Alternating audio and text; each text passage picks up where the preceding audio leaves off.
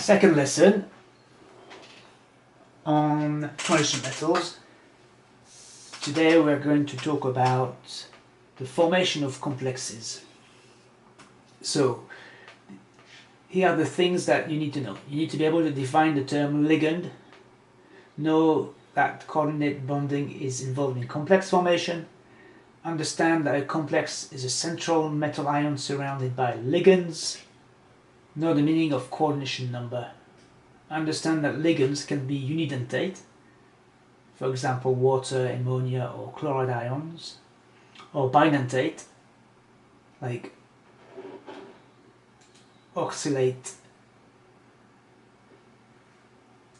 ions, or that diamine, or multidentate like EDTA 4-.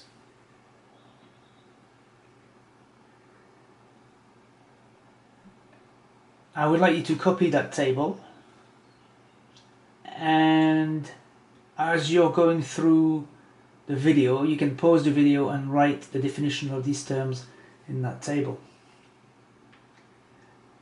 Complexes. So complexes are formed when transition metals or their ions form coordinate bonds with ligands. Coordinate bonds or dative bonds, that means the same thing. I'll go over the explanation of what coordinate and dative bonds are, but we learned that in year 12, but I'll just do a reminder today. A complex ion is an ion comprising of one or more ligands attached to a central metal cation. Metal cation, that's a positive ion, by means of a dative covalent bond or a coordinate bond. So complexes are formed when transition metals or their ions form coordinate bonds with ligands. I will talk about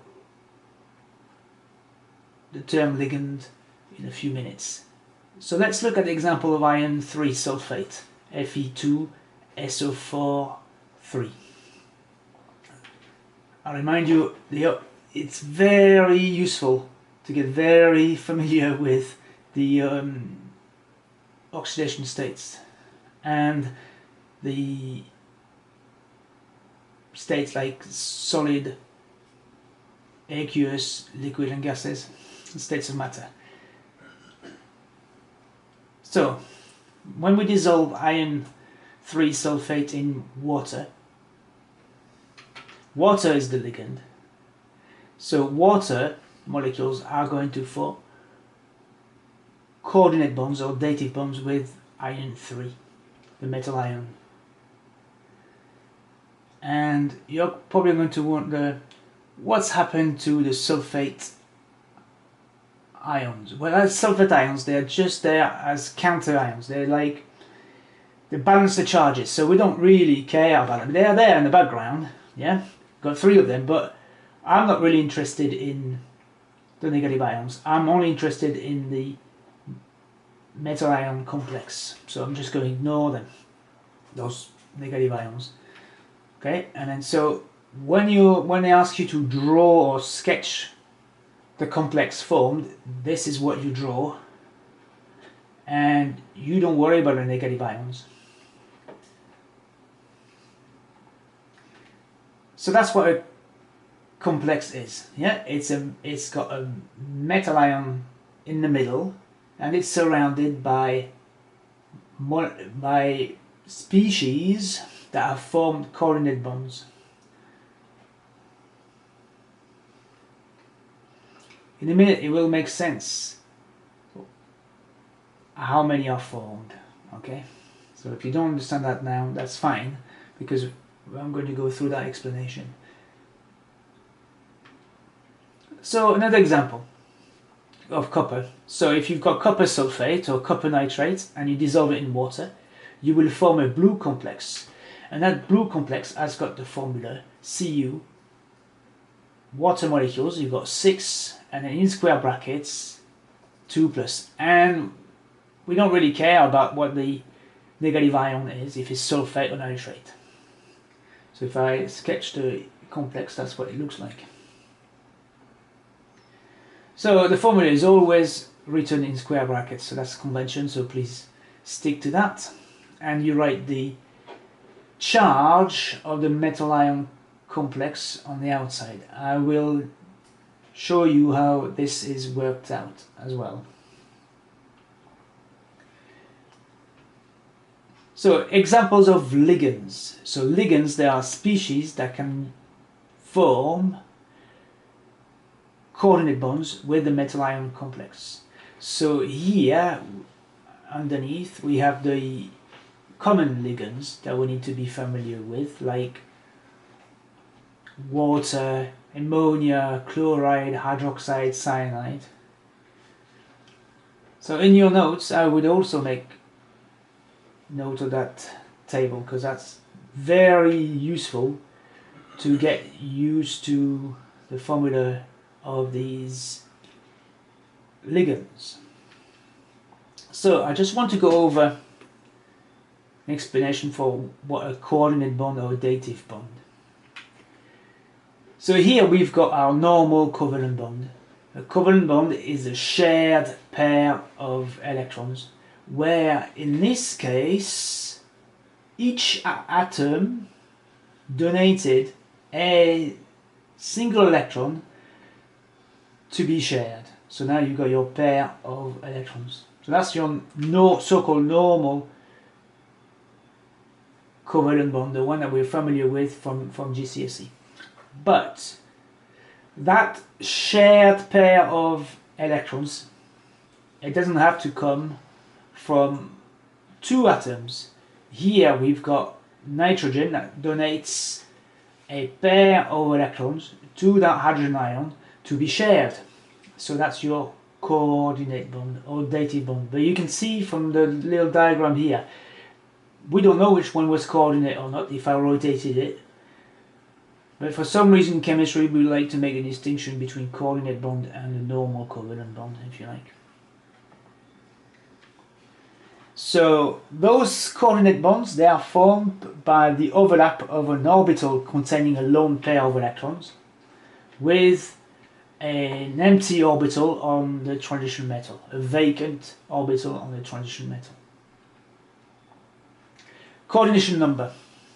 So the coordination number of metal ion complex is the number of coordinate bonds formed. It's the number of dative bonds formed. And the number of coordinate bonds formed, it depends on the size or the electron configuration of that positive metal ion, that cation, but also on the size and the charge of the ligand. Usually the most common coordination number is 6, although you can find 4 and 2. You will learn the most common ones and you will learn some of the exceptions. So at the moment it might be quite daunting, but over time you will quickly know that the ones that form 4 and 6, because you will have learned the rules and the exceptions to fit the pattern. So it's a little bit like stamp collecting. Yeah, they learned, or they looked at nature and they tried to devise a model, and they devise a model and then they give us rules and then we learn the exceptions to those rules. So that's what we just got to accept. Alright, so we need to learn about the different types of ligands. So the first type of ligand is called unidentate ligand. So unidentate, that means one coordinate bond, one tooth, yeah, one link, one coordinate bond. So like a unicycle, one wheel. So ammonia has a nitrogen atom that has a lone pair of electrons, so it can form a coordinate bond by sharing that lone pair of electrons. And water here has got 2 lone pairs of electrons. So 2 lone pairs of electrons, but can only form one coordinate bond. Okay, only one coordinate bond per atom. So here is a list of these unidentate ligands. I will discuss that a bit later. Yeah. So that's the list of the unidentate ligands. I know that these have got more than one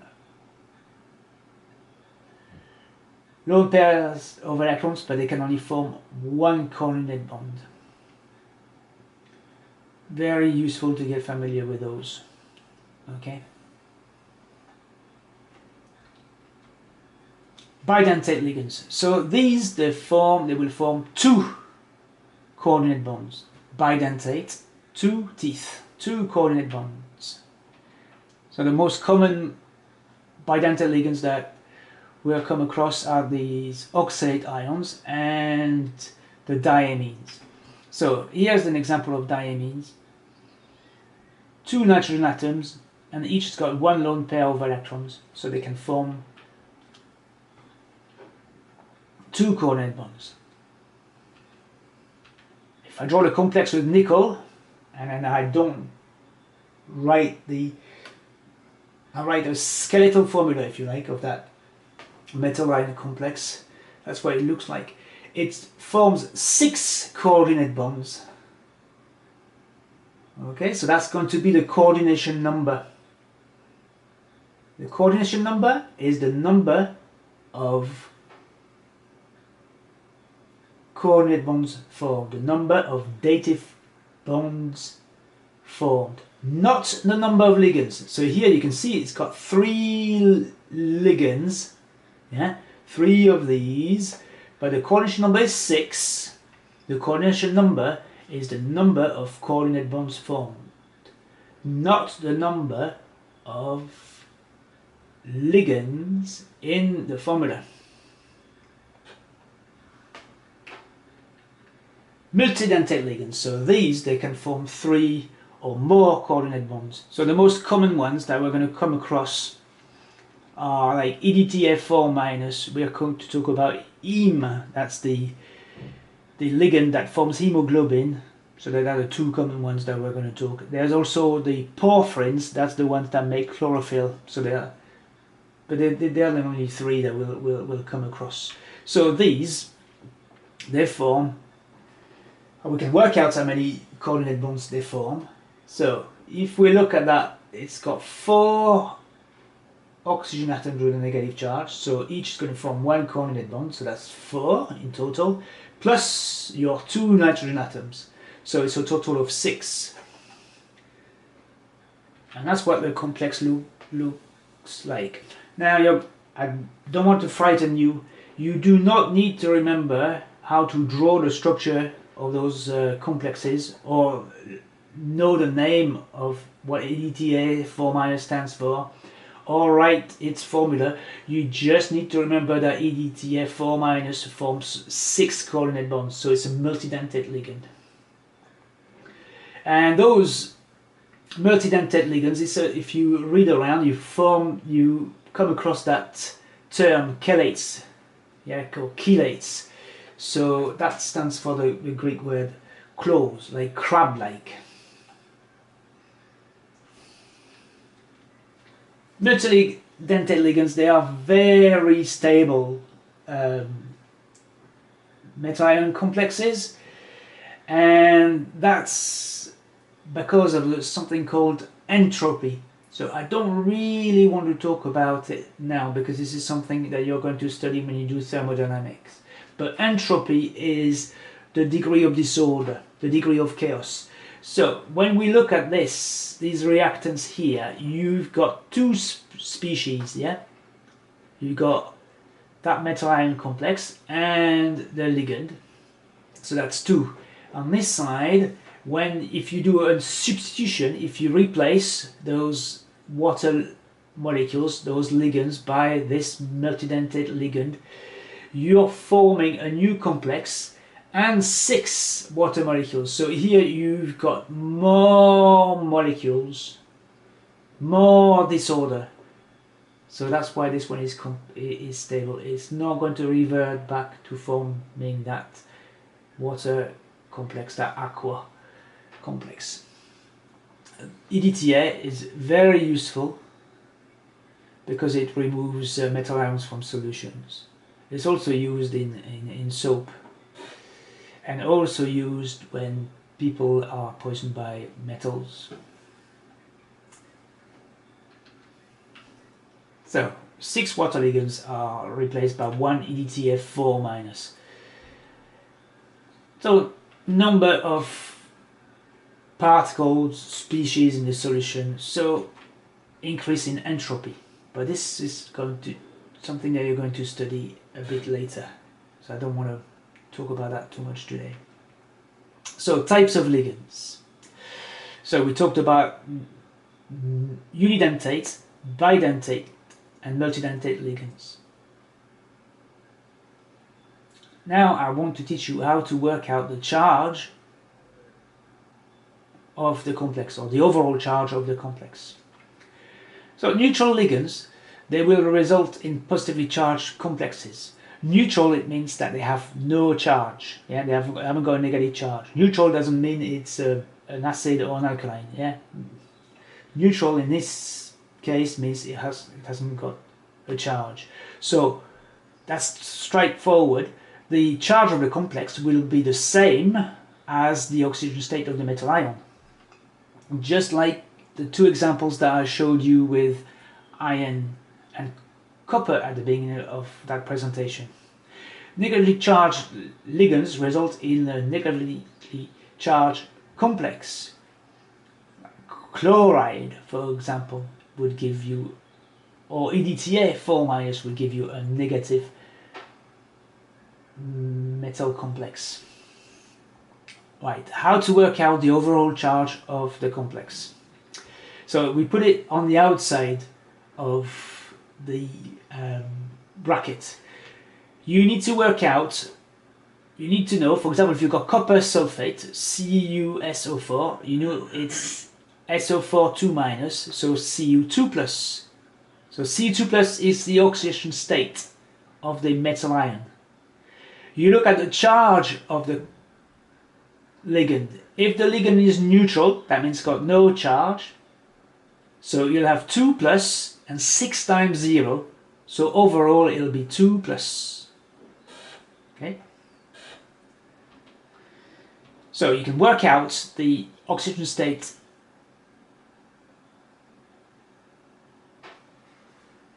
of the metal ion also in reverse by the total oxygen state of the complex minus the sum of the charges of ligands. So in easier terms, Cu2 plus, and you've got 6 water molecules, so 6 times 0. So overall the charge of the complex is 2 plus. Okay. Now here are some examples. OS stands for oxygen state, and coordination number stands for the number of coordinate bonds. Number of coordinate bonds. So you need to look at, to work out the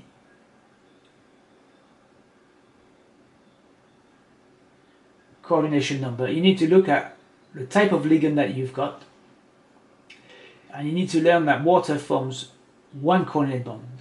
So if you've got 1 coordinate bond each and you've got 6 water molecules, the coordination number is going to be 6. Ammonia, so if you want to work it out on your own, you can pause the video now. Now, for this silver complex, ammonia is also a unidentate ligand and is neutral. So the charge of the complex is +1. This is neutral, so the oxidation state of the metal ion is going to be +1. And the coordination number is going to be 2, because each ammonia molecule forms 1 coordinate bond. For copper, 2 plus is its oxidation state because the complex is 2 plus and ammonia is neutral. Coordination number is going to be 4 because you've got 4 ammonia molecule that forms 4 coordinate bonds. 1 each. Chloride is 1 minus, you got 4, so that's 4 minus, 2 minus, so this is going to be 2 plus. So reaction state 2 plus, and the coordination number, each chloride ion forms 1 coordinate bond, so the coordination number is also going to be 4, 4 times 1. For cyanide, the oxygen state for cyanide is, well, it's got the charge of cyanide, so it's 1 minus, so it's 6 minus, the charge of the complex is 3 minus, so this one's got to be 3 plus. And the coordination number is also 6, because each cyanide forms 1 coordinate bond. Next lesson will be on working out the shape, learning about the shape of those complexes.